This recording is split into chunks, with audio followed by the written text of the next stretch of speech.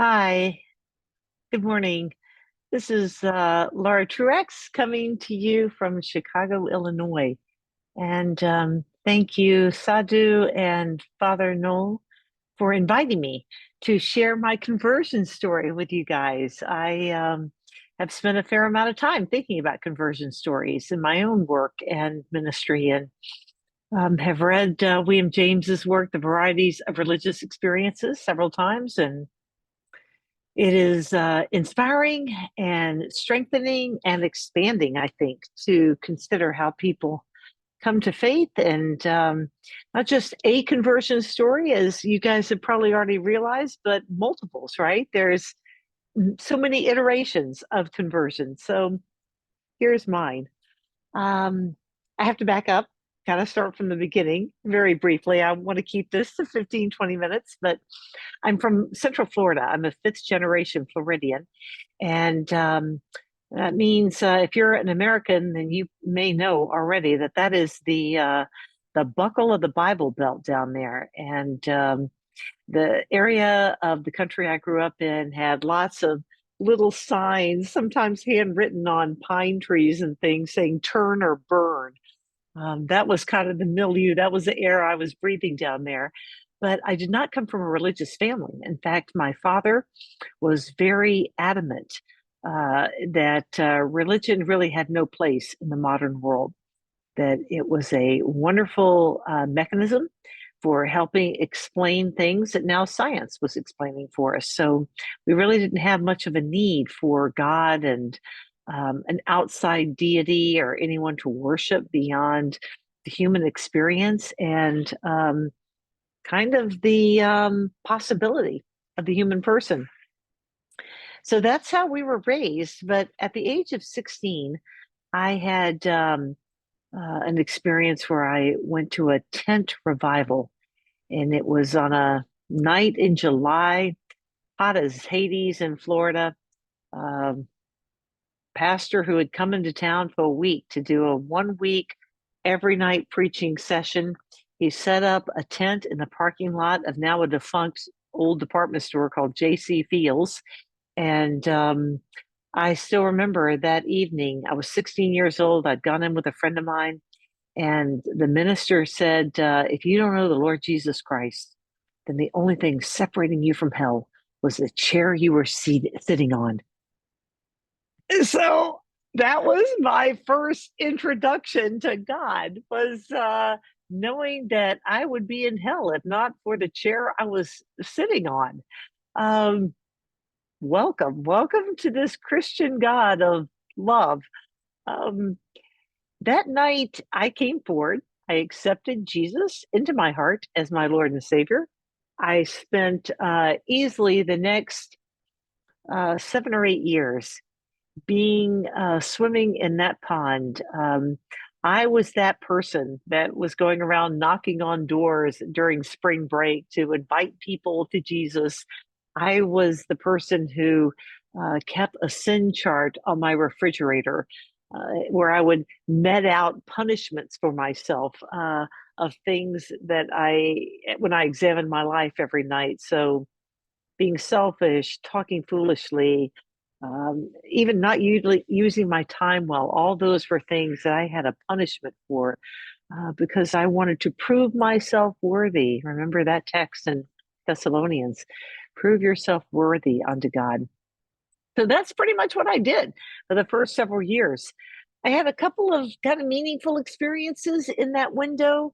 One happened about a year after I had become a Christian, after that conversion moment in the J.C. Fields parking lot, that tent revival. Um, I was a very emotive teenager.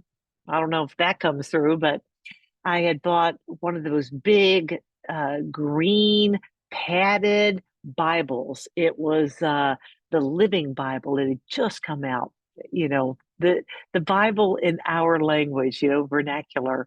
And on the front of the Bible, I'd put all these stickers because these are the days of the Jesus people, and these stickers had things like Coke had a slogan right in that window. This is in the mid 70s. Coke had a slogan, Coke, it's the real thing. So they had a Coke insignia, but instead of Coke, it was Jesus. He's the real thing. So I had stuff like that, you know.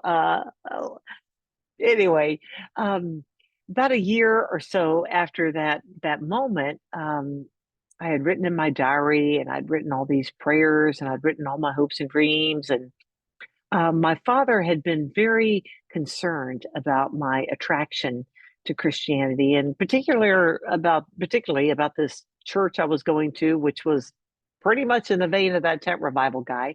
Um, and so one evening, he called us all into the living room. I come from a family of five kids, and I was the fourth of the five.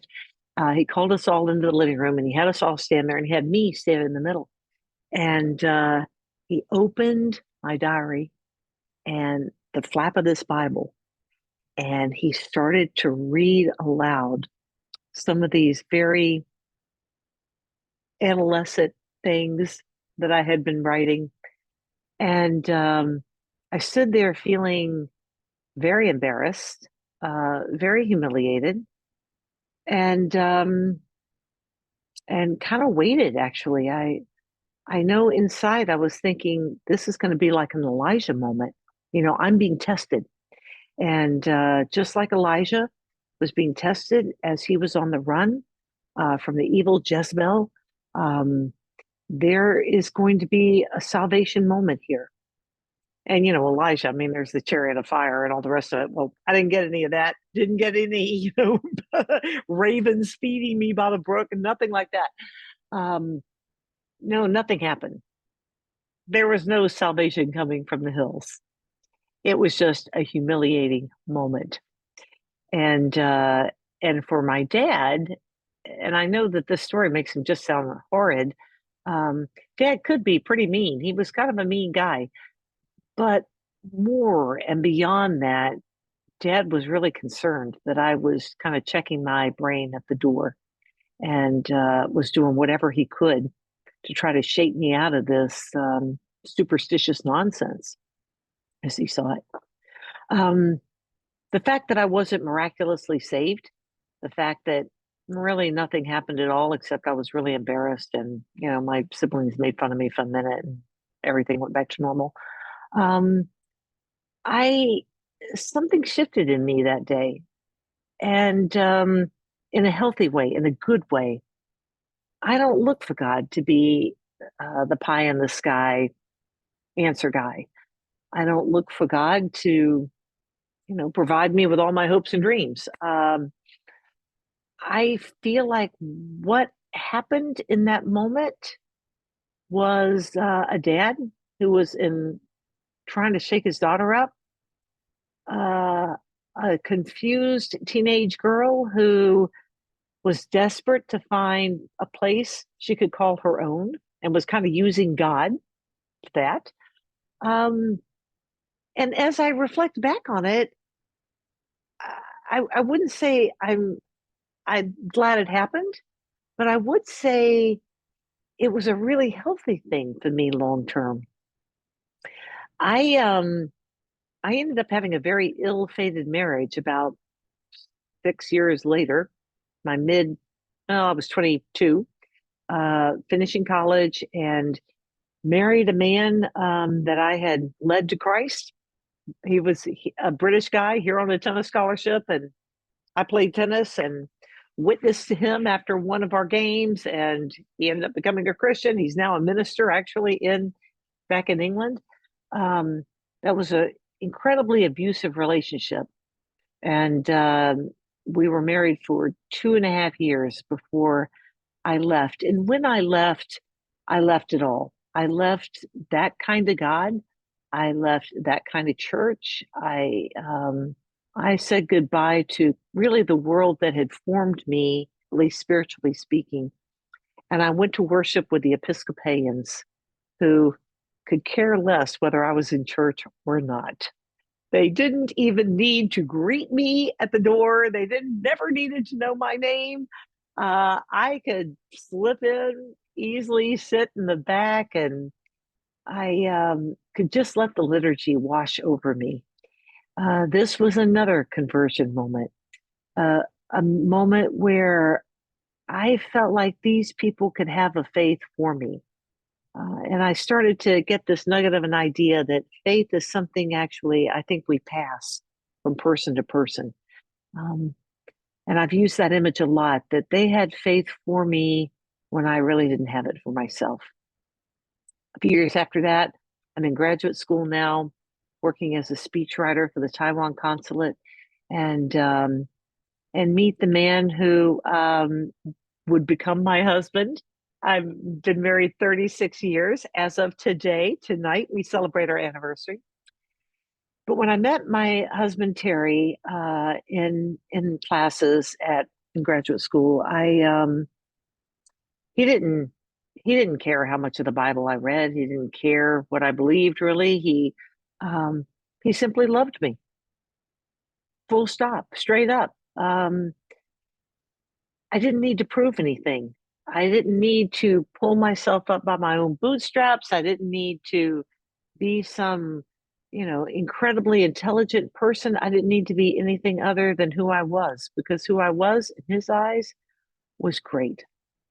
And I think that was the first time I'd ever really felt the saving power of love, the saving power of complete acceptance, the sense that somebody could just love you without any conditions attached to it. So now I'm about 29 years old, and I think I understood love and the way God might love me for the first time. Um, I didn't need to be the kid with their hand always up in the class saying, pick me, I know." Um, I I didn't need to do anything other than just be me. Since that time, there's been lots of moments. I ended up going into ministry. I was an ordained minister, still am an ordained minister, but I served a church for 23 years here in Chicago, LaSalle Street Church. I've spoken at conferences and workshops and preached in churches all over the place. I'm currently on staff as a teaching minister at University of Dubuque, in the seminary there. Um, been a teaching lead at University of Chicago, some really beautiful, wonderful things. But all of that has emerged out of invitation, not out of ought. I feel like the real lesson of conversion is that it keeps happening. And it keeps happening every time you say yes to God's invitation.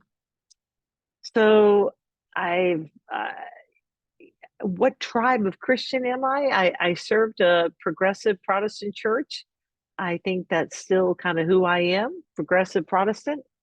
But I don't know. I feel like Howard Thurman, the great African American theologian, says that the longer he traveled in faith, the more he realized that these things that were on the surface, these barriers of different religion, different denomination, different ways of seeing an issue or a practice, that's up here. And that the deeper he goes, the more he realizes they were just barriers. They were like the traffic cones telling you to turn this way. That when the deeper he got, he, he realized he's at the bottom of the ocean now. He's looking around and there's no barriers. There's just all these rich people down there who were all swimming in the same ocean. Um, and that's how I feel like my spiritual life is now. That by God's grace, I have gotten into the deeper part of the ocean. I just said yes. It wasn't about my own effort. It's just God kept asking me to swim out a little further. And for whatever reason, I had the bandwidth to say yes. So yes, ongoing life of conversion. Every minute's a new conversion, and yeah, I guess that's where I should end. Wish I could be part of your group. It would be like 1 a.m. or something ridiculous, and sleep is too precious for me right now. Um, my husband has actually gotten very sick, and 2 years ago he was diagnosed with stage 4 metastatic cancer. So, his days are numbered, or all of our days are, but his are numbered in a different way, more exacting kind of way right now. So those moments with him are precious, and thank you for letting me share my story. Wish I could be a fly on the wall for all of these stories because I know they've been rich. And blessings upon all of you, and Father Noel especially, a particular blessing for you. Thanks.